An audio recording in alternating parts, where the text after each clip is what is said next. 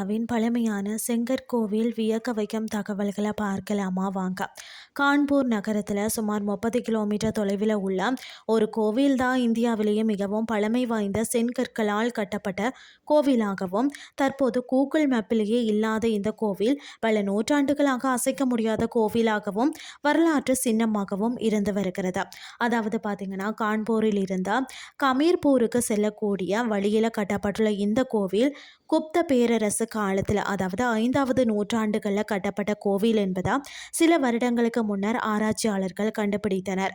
ஆனால் அந்த ஊரில் வாழும் மக்களுக்கும் அந்த கோவிலில் இருக்கக்கூடிய சிறப்பு பற்றி தெரிந்திருக்கு இல்லையா. அதே போல் இந்த கோவிலில் இருக்கக்கூடிய கடவுள்களுக்கும் எந்த பக்தர்களும் இல்லையா. ஆராய்ச்சியாளர்கள் இந்த கோவிலை பற்றி கண்டுபிடித்த பிறகுதான் இந்த கோயிலின் சிறப்பு வெளியில் தெரிய வந்ததாம். இந்த செங்கல் கோவிலின் வெளிப்புறத்தில் பழமை வாய்ந்த மற்றது புகழ்பெற்ற டெரகோட்டா வடிவமைப்புகள் பயன்படுத்தப்பட்டுள்ளன. மேலும் இதன் கருவறை மற்றும் கோபுரம் ஆகியவை 175 வருடங்கள் முன்பு வரை எந்த சேதங்களும் இல்லாமல் அழகின் அடையாளமாக இருந்து வந்ததாகவும் கூறப்படுகிறது.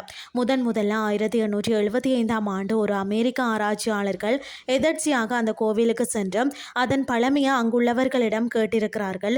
இதனை பற்றி மற்ற ஆராய்ச்சியாளர்களிடம் கூறிய பிறகுதான் இது ஒரு பெரிய விவாதமாக மாறி இந்த கோயில் பெரிய ஆராய்ச்சி மையமாக மாறி இருக்கிறது.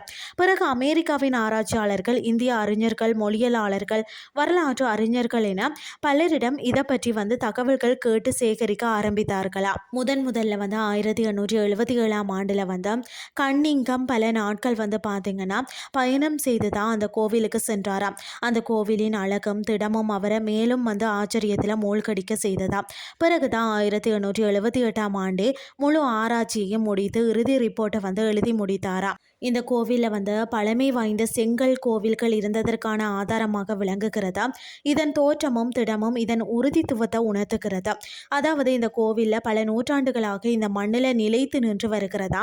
பழமை வாய்ந்த நகரமான அதாவது புல்புரை சேர்ந்த இந்த கோவிலுக்கு தற்போது எந்த பக்தர்களும் வாரல்லையா. இதன் டெரகோட்டா வடிவமைப்புகளை பார்க்கும் போதும் இது ஒரு விஷ்ணு கோவில் என்று தோன்றுகிறது என்றும் அவர் எழுதியிருந்தாராம். 170 ஆண்டுகளுக்கு பக்தர்களே செல்லாத இந்த கோவில சிலர் சிவன் கோவில் என்றும் கணபதி கோவில் என்றும் கூறுறாங்க. கருவறைக்குள்ள எந்த சிலையும் இல்லாததாலேயே இத்தகைய குழப்பங்கள் ஏற்பட்டிருக்கின்றன என்றாலும் இது வரலாற்றின் அடையாளமாகவும் குப்தா அரசின் அடையாளமாகவும் விளங்குகிறது என்பதே உண்மை. இன்றைய கிறிஸ்டி உங்களுக்கும் பிரயோசனமாக அமைஞ்சிருக்கும்னு சொல்லி நானும் நம்புறேன். இதே மாதிரி மற்றொரு கிறிஸ்டியின் வேலைக்கு உங்களை சந்திக்கிறேன். நன்றி.